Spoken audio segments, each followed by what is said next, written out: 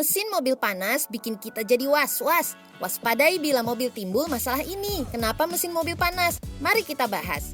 Pertama, terjadi kerusakan pada radiator. Kedua, termostat tidak berfungsi. Ketiga, penggunaan oli yang tidak sesuai standar. Terakhir, kipas pendingin tidak berfungsi. Bila mesin mobil sering panas, perjalanan kita pun jadi cemas. Sudah berkali-kali bawa ke bengkel, tapi hasilnya bikin gak puas. Cek berkala dan lakukan tune-up jet clean mobil. Tenang saja sobat, gratis pengecekan di semua cabang dokter mobil. Baca deskripsi untuk reservasi dan penjelasan selengkapnya.